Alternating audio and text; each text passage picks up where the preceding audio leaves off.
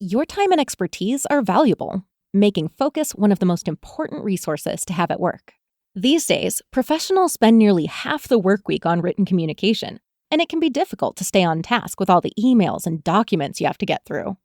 With Grammarly as your AI writing partner, you can stay focused and quickly get through your work with relevant, real-time suggestions, wherever you write. It works across 500,000 apps and websites, so it can help with everything, from brainstorming presentation ideas to sounding more confident and persuasive in emails and reports. For 15 years, Grammarly has offered best-in-class communication support and enterprise-grade security on a business model that doesn't sell your data. 93% of professionals report that Grammarly helps them get more work done. Download Grammarly for free at grammarly.com/podcast. That's GRAMMARLY.com/podcast. Welcome to the podcast. If you'd like to listen to an ad-free version of this episode and all of our episodes, then search True Crime Today Premium Plus on Apple Podcasts and press subscribe. That's our premium channel where all of our ad-free and advanced episodes live, all in one place. True Crime Today Premium Plus. Search it on Apple Podcasts and press subscribe. Even try it for 3 days free. Not all monsters are under the bed. Some are sleeping next to you. Welcome to Hidden Killers with Tony Bruschi, featuring retired FBI Special Agent and Chief of the Counterintelligence Behavioral Analysis Program, Robin Dreeke. Richard Allen, the man accused of being the Delphi murderer. We've been watching this case as it's led up to trial. Obviously, the trial has finally gone through and a verdict has been rendered guilty. That is what the jury found him. And as we've said from the beginning, this man, if any, has a get a new trial free card. We'll get into that in just a little bit. Joining me to discuss, Robin Dreeke, retired FBI Special Agent, Chief of the Counterintelligence Behavioral Analysis Program. I'm just going to throw it over to you. What was your reaction to this verdict when it came down just last week? I had so many emotions at the same time, Tony. This is one of those cases going to be with me, and I know a lot of people the rest of my life, I think. Mm-hmm. Disbelief was my first one because I still haven't changed my thought patterns. I've done a lot of reflection. You know, it's like my first reaction was I must have a blind spot. Mm-hmm. I must not see something that other people have seen. I'm wrong. I mean, it was really self reflective and blaming myself for not seeing something that the jury saw. Mm-hmm. And then I'm going through my range of emotions. You know, I even reached out to you, as you know. I apologize. I must have been way off of what I said. And I'm like, you're great. We all agree. I know. And then I look at what Jennifer Hoffendeffer posted, and she does the same thing. She does a beautiful job of outlining the behavior arc, and I just keep going to data. I just don't see the pattern of his life that fits what he's accused of. And then I'm in my right after it's my fault, I go immediately to the families. I'm like, gosh dang, I really hope they feel satisfied with the verdict, because I still am just always about the victims in this thing. And the only victims left now are Richard Allen's family and the girls' parents and families. And I hope that they have satisfaction with this, but it's hard to, it's just hard. It's just, there's so many emotions in there. And then I'm like, well, you know, then I start looking at the defense attorneys, you know, what could they have done differently? What could they have done better? They were hamstrung with so many things, as I know we're going to go through. It's just, unfortunately, from beginning to end, from everything you and I have looked at, analyzed, commented on, and all your other contributors, nothing has changed. No. And that's what's just disappointing. I still have not changed my mind on what I'm seeing and what I'm assessing, and yet he's guilty. Yeah. I don't get it. You had a lot more self-reflection on this case than I did. When I heard the verdict, I'm like, they're wrong. I'm like, they're just wrong. They are just wrong. I was like, what did I get wrong here? I didn't get anything wrong. You didn't get anything wrong here. I mean, facts are facts. And it's not like you or me had some sort of inflated, maybe this could be possible story here.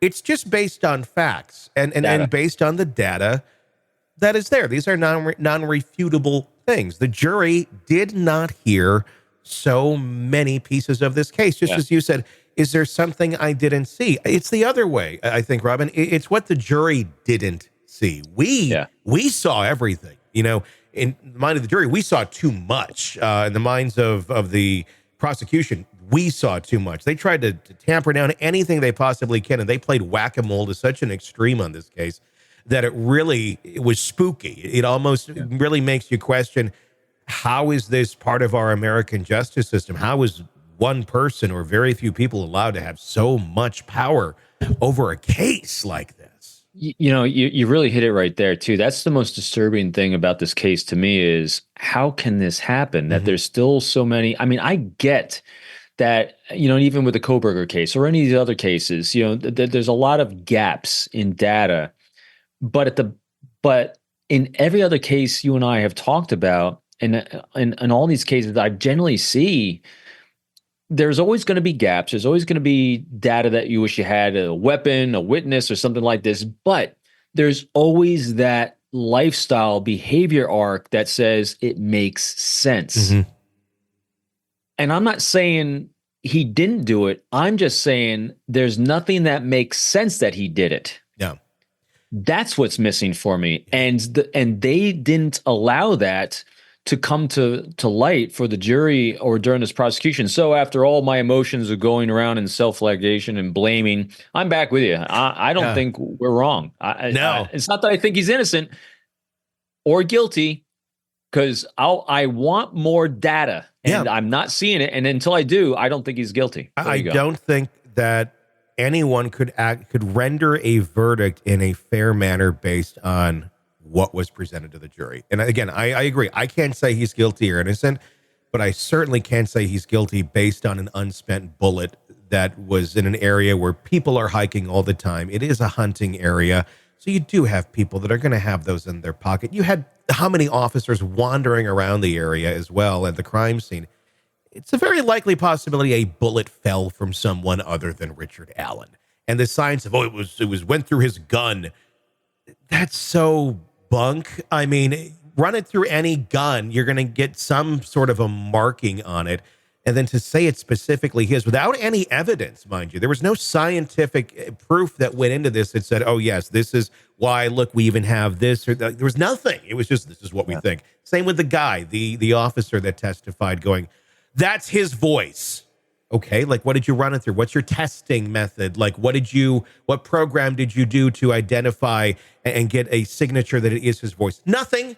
It was just his opinion. It was truly shocking that you can have a judge just say, no, we're not going to let you plead all of these different, very possible, likely theories that even the investigators investigated or stopped investigating for no real great reasons. And not allow that in for your own defense.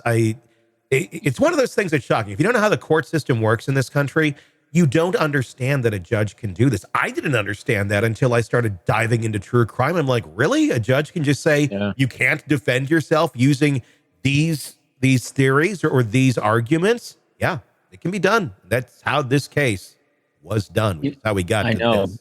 And just just a handful of the other potential people they were looking at or could have looked at, their behavior arcs fit closer than his. Oh, completely. Even if there's like only one or two data points on them, that's one or two more than that came to light for Richard Allen. It just and also I'm not a jury blamer or a victim blamer, so I definitely, the jury did the best they could. They did the best they could, with the instructions because again, I don't know the instructions that they got. I don't know, their perceptions. I did hear, I was on another show and someone's actually in the courtroom during it, and I'm pontificating like I am now about, what I'm not seeing. And this person came out of the courtroom saying, oh, the jury's going to convict them. And I was like, really?